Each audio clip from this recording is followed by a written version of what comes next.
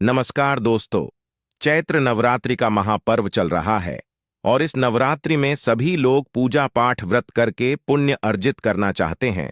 और पुण्य अर्जित करने के लिए पूजा पाठ संपन्न करने के लिए कुछ विशेष बातों का ध्यान रखना चाहिए। व्रत में क्या खाए क्या नहीं, जिससे व्रत न टूटे। दोस्तों, इस बार चैत्र नवरात्रि में माता दुर्गा जी चैत्र नवरात्रि में घोड़े पर सवार होकर आ रही हैं। माता रानी जब भी घोड़े पर सवार होकर आती हैं तो इसे शुभ नहीं माना जाता है। ज्योतिष शास्त्र के अनुसार देवी जब घोड़े पर सवार होकर आती हैं तो समाज और राजनीति में बड़ी उथल पुथल होती है। मान्यता के अनुसार अगर चैत्र नवरात्रि पर यदि माता दुर्गा घोड़े पर नहीं बल्कि हाथी पर सवार होकर आती है तो मान्यता है कि माता दुर्गा का हाथी पर सवार होकर आना बहुत ही शुभ और कल्याणकारी माना जाता है।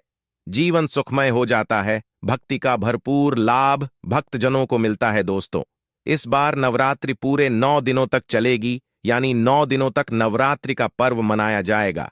ना एक भी दिन कम, ना एक भी दिन ज्यादा, पूरे 9 दिनों तक चलेगी। माता वैष्णव जी की पूजा, माता शेरावाली की विशेष रूप से पूजा आराधना की जाएगी। चैत्र नवरात्रि का पहला व्रत 9 अप्रैल को रखा जाएगा और अंतिम व्रत 18 अप्रैल दिन मंगलवार को रखा जाएगा और 17 अप्रैल को कन्या पूजन किया जाएगा, जो कि इस दिन नवरात्रि समाप्त हो जाएंगे। दोस्तों, आपको बता दें नवरात्रि में कौन कौन सी सब्जी नहीं खाना चाहिए और कौन कौन सी सब्जी खाना चाहिए और कौन सा फल खाने से व्रत टूट जाता है। आइए जानते हैं नवरात्रि में क्या खाएं और क्या नहीं खाएं और क्या पीना चाहिए और कौन सा फल खाना विशेष और शुभकारी माना गया है। आज हम आपको विस्तार से बताएंगे, लेकिन आगे बढ़ने से पहले माता रानी के सच्चे भक्त इस वीडियो को एक लाइक अवश्य कर दें और कमेंट बॉक्स में अपनी राशि जरूर डाल देना। आपकी राशि के अनुसार कोई भी ऐसा उपाय होगा जो इस नवरात्रि में करके आप लाभ पा सकते हैं तो वह हम आपके कमेंट के रिप्लाई में बता देंगे। दोस्तों, शास्त्रों के अनुसार बताए गए व्रत किसी भी प्रकार के क्यों ना हो, उनसे जुड़े नियमों का पालन करना अति आवश्यक माना जाता है, क्योंकि जो मन के मुताबिक किया जाए वह संघर्ष नहीं कहलाता। कहा जाता है कि मनोकामना को पूर्ण करने के लिए थोड़ा सा संघर्ष यानी कि तपस्या तो करनी ही पड़ती है। इसीलिए ऐसी मान्यता है कि व्रत को पूर्ण विधि विधान से किया जाना चाहिए, तब आपको व्रत का पूर्ण लाभ फल प्राप्त होता है।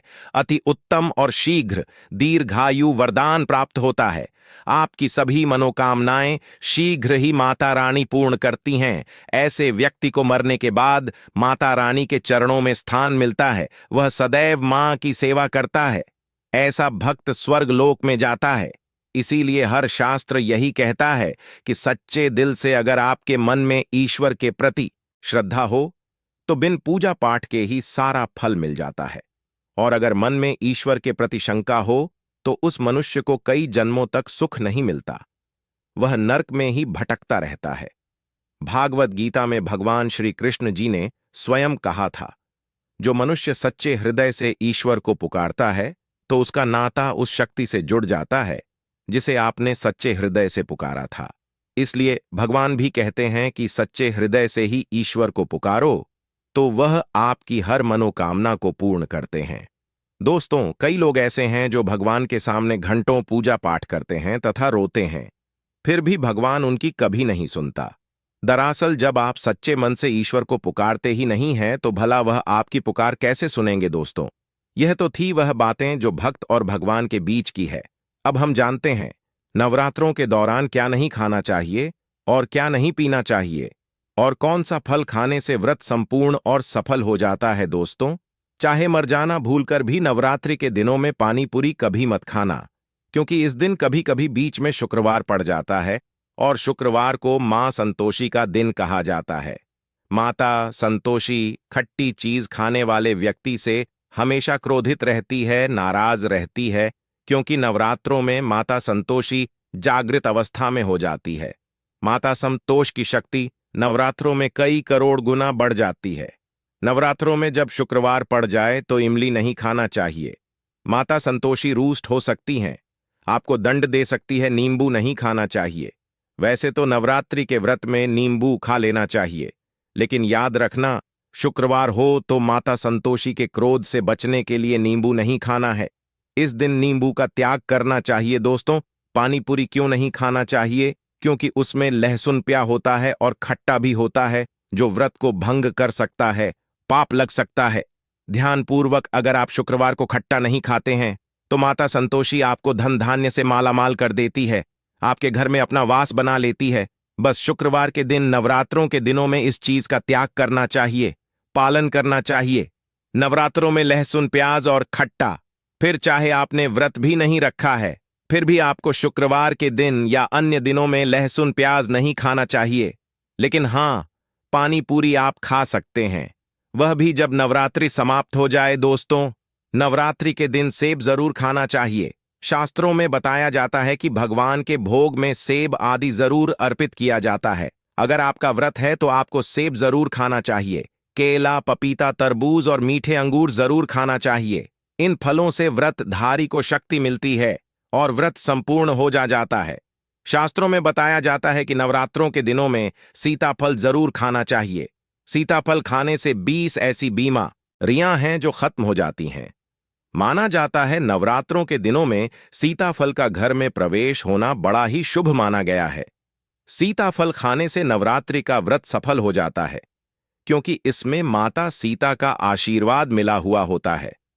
माना जाता है भगवान राम के वनवास के दौड़ में माता सीता ने यही फल खाया था। नवरात्रि के दौरान इसे जो भी खाता है उसे दुखों का सामना नहीं करना पड़ता।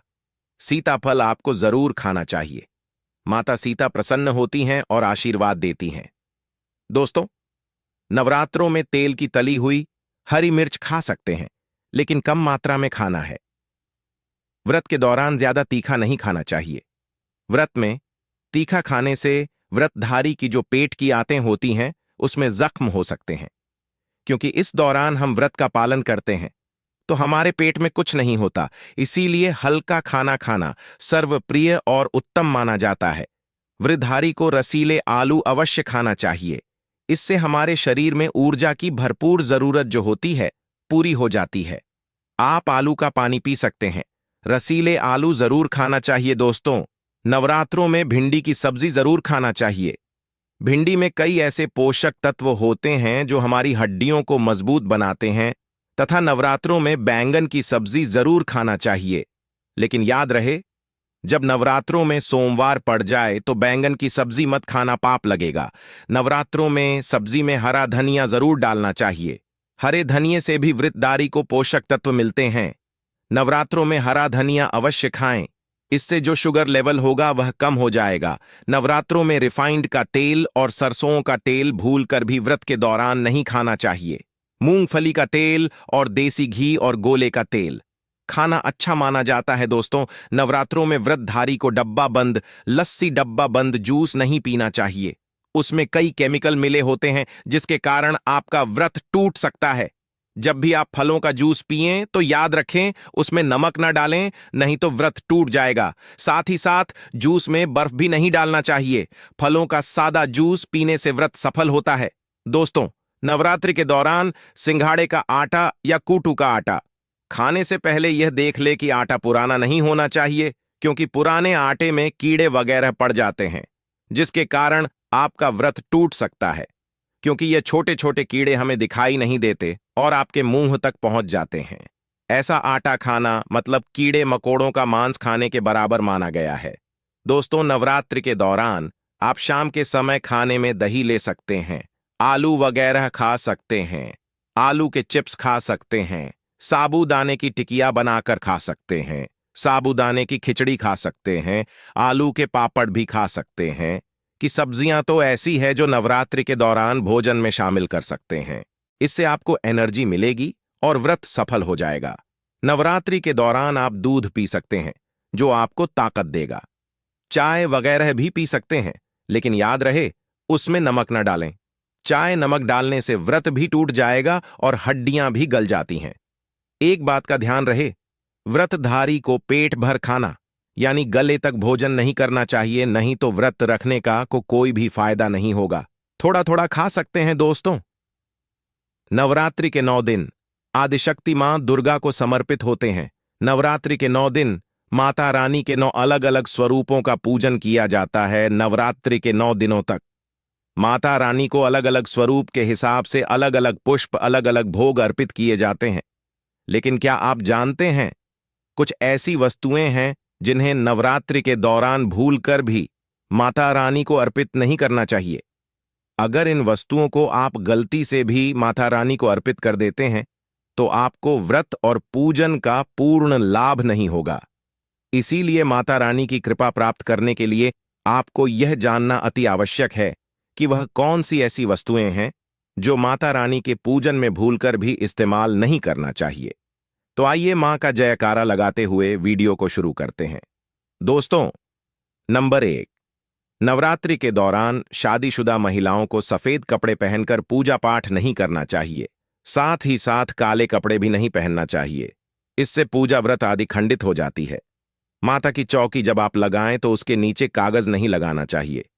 माता की चौकी हमेशा लाल कपड़ा बिछाकर ही बनाना चाहिए। हमेशा याद रहे, नवरात्रों के 9 दिनों तक व्रतधारी को अपना आसन मां की चौकी के आगे ही लगाना चाहिए और वहीं पर आपको सोना चाहिए। मंदिर को नवरात्रों के दौरान अकेला नहीं छोड़ा जाता। बहुत ही अशुभ माना जाता है। जरा आप ही सोचिए, माता रानी 9 दिनों के लिए धरती पर आकर आपके घर में रहने के लिए आई हैं, और ऐसे में आप उन्हें अकेला अगर छोड़ते हैं तो माता भी आपको छोड़कर चली जाएंगी। वह कहेंगी, इसको मेरी जरूरत नहीं है। वह अकेली पड़ जाती है। इसीलिए माता के पास में ही सोना चाहिए। दोस्तों, नंबर 2, नारियल हिंदू धर्म में नारियल को समृद्धि, धन, श्रद्धा और सम्मान का सूचक माना जाता है। नारियल को श्रीफल भी कहा जाता है। नारियल को सुख समृद्धि में वृद्धि करने वाला माना जाता है। नारियल का हर मांगलिक कार्य में विशेष महत्व होता है। जैसे कि आप सभी जानते हैं कि माता रानी के कई मंदिरों में नारियल से बलि भी दी जाती है और माता रानी के पूजन में नारियल का इस्तेमाल हम सभी करते हैं। खासकर कलश की स्थापना नारियल रखकर ही की जाती है। माता रानी की पूजन में हम नारियल इस्तेमाल करते समय कुछ गलतियां कर बैठते हैं। दोस्तों, नारियल कई प्रकार के होते, एक हरा दूसरा सूखा, जिसके अंदर पानी होता है। जिस नारियल के अंदर पानी होता है, माता रानी के पूजन में सदैव पानी वाला और जटा वाला नारियल ही इस्तेमाल करें। नारियल का पूर्ण होना चाहिए। नारियल चटका हुआ या टूटा हुआ नहीं होना चाहिए, क्योंकि साबुत नारियल ही पूर्ण और पवित्रता का प्रतीक होता है। साबुत नारियल ही सुख समृद्धि का प्रतीक होता है। साबुत नारियल को ही श्रीफ यानी कि माता लक्ष्मी जी का फल कहा जाता है। नवरात्रि में माता रानी के कलश की स्थापना करते समय जटा वाला यानी पानी वाला नारियल ही कलश पर स्थापित करना चाहिए। साथ ही यह ध्यान रखना चाहिए कि नारियल को सदैव कलश के ऊपर लेटाकर रखना चाहिए। घट स्थापना करते समय कभी भी नारियल को खड़ा करके नहीं रखा जाता। नारियल को सदैव लिटाकर कलश के ऊपर रखा जाता है। साथ ही नारियल को स्थापित करने से पहले आप नारियल को लाल कपड़े में लपेटकर उस पर और फिर लाल चुनरी उड़ाकर आप नारियल को कलश के ऊपर स्थापित करें। शास्त्रों के अनुसार कलश के ऊपर जब सही तरीके से नारियल रखा जाता है और सही प्रकार का नारियल रखा जाता है, तभी ही व्रत और पूजन का पूर्ण फल प्राप्त होता है। यह भी ध्यान रहे कि महिलाएं माता रानी को नारियल अर्पित तो कर सकती हैं, लेकिन कभी भी माता रानी के सामने नारियल को भूल कर भी ना तोड़े, क्योंकि नारियल बीज रूप होता है और स्त्रियां बीज रूप से ही शिशु को जन्म देती। इसीलिए कभी भी महिलाओं को नारियल नहीं तोड़ना चाहिए। दोस्तों, नंबर 3, लंग लंग हम सभी माता रानी के पूजन में इस्तेमाल करते हैं, लेकिन लौंग का इस्तेमाल करते समय एक बहुत बड़ी गलती कर बैठते हैं। हमेशा ध्यान रखना चाहिए कि माता रानी को सदैव फूल वाली लौंग ही अर्पित करना चाहिए। जिस लौंग के ऊपर फूल नहीं होता या फिर जिस लौंग के पीछे लकड़ी की डंडी नहीं होती, उसको आप माता रानी के पूजन में भूलकर भी इस्तेमाल ना करें। फूल वाले लौंग को ही पूर्ण माना जाता है और माता रानी की पूजन में कोई भी अपूर्ण वस्तु, कोई भी खराब वस्तु या टूटे हुए अक्षत इस्तेमाल नहीं करना चाहिए। इसीलिए सदैव माता रानी की पूजन में फूल वाली लौंग का ही इस्तेमाल करें। दोस्तों, नंबर 4, तुलसी के पत्ते अर्पित नहीं करने चाहिए। मां दुर्गा के पूजन में तुलसी पत्र का इस्तेमाल करना वर्जित माना जाता है। तुलसी पत्र के अलावा आंवला भी माता रानी को अर्पित नहीं करना चाहिए और दुर्बा भी माता रानी को अर्पित नहीं करना चाहिए। दुर्वा भगवान श्री गणेश जी को अति प्रिय है। नवरात्रि में आप भगवान गणेश को दुर्वा अर्पित कर सकते हैं। भगवान विष्णु जी को तुलसी के पत्ते अवश्य अर्पित कर सकते हैं, लेकिन माता रानी को भूलकर भी तुलसी के पत्ते या दुर्वा अर्पित ना करें। माता रानी को सफेद फूल भी अर्पित ना करें। माता रानी को सदैव लाल रंग के फूल अर्पित करने चाहिए। लाल रंग के फूल माता रानी को अति प्रिय है। खासकर माता को गुड़हल और कमल के फूल अति प्रिय हैं। शास्त्रों में बताया जाता है कि घर में माता रानी की 2 या 3 मूर्तियां या फोटो नहीं होने चाहिए। इस बात का भी